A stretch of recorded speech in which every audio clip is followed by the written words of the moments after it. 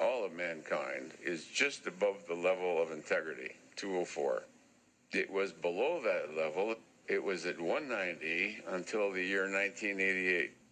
Then suddenly it jumped. It jumped in the late 80s to over 200. All right, America's currently over 420, 425. That's extremely high. 420 is extremely high because the 400s of the world of the intellect. If you look at this consciousness level, you see that there are people at the bottom that are full of hatred. There are vindictive people, and then there's guilt. There's hopeless people, depressed people, people who live in fear, people who are constantly angry. Then there's people that are avaricious, they're just greedy. So a lot of people live on these levels.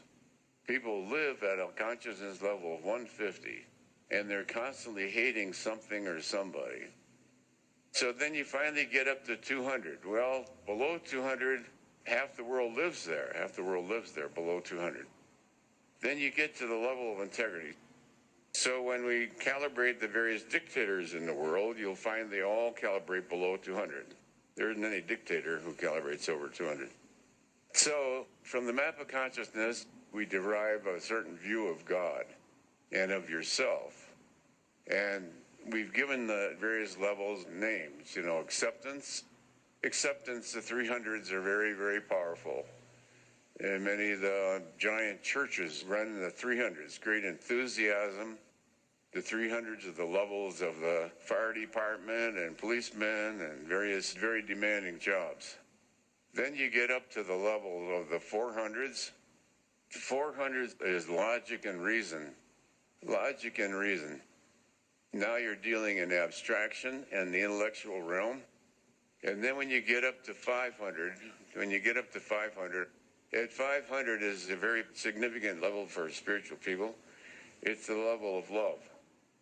And the ideal, people say, how can I advance my level of consciousness? And I just tell them always the same thing. Be as loving as you can towards all of life and all of its expressions. When you see a little beetle, walk around the beetle, don't step on him. Walk around him, respect his life. Respect and loving all of life. As you love all of life, then your perception of the world begins to change.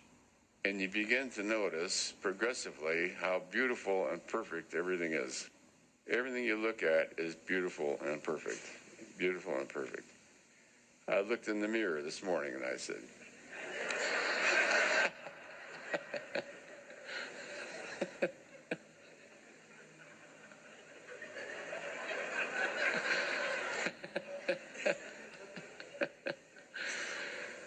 Doc, you're just beautiful and perfect. But you should do that every morning. Look at yourself every morning and say you are beautiful and perfect, because that's how God sees you. See yourself as God sees you. You're beautiful and perfect just the way you are. But one ear is bigger than the other.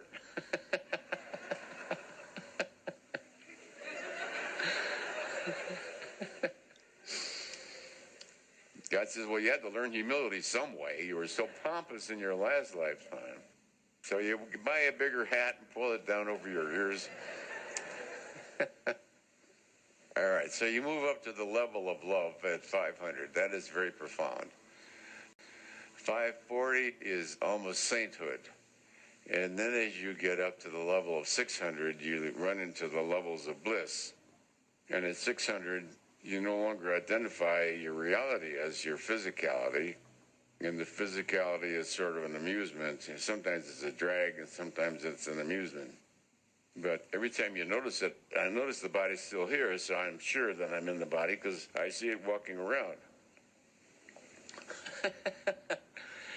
At the highest levels, you no longer identify with the body. It's like consciousness is present, period. And the body is an it that walks around. And once you get that, you're okay.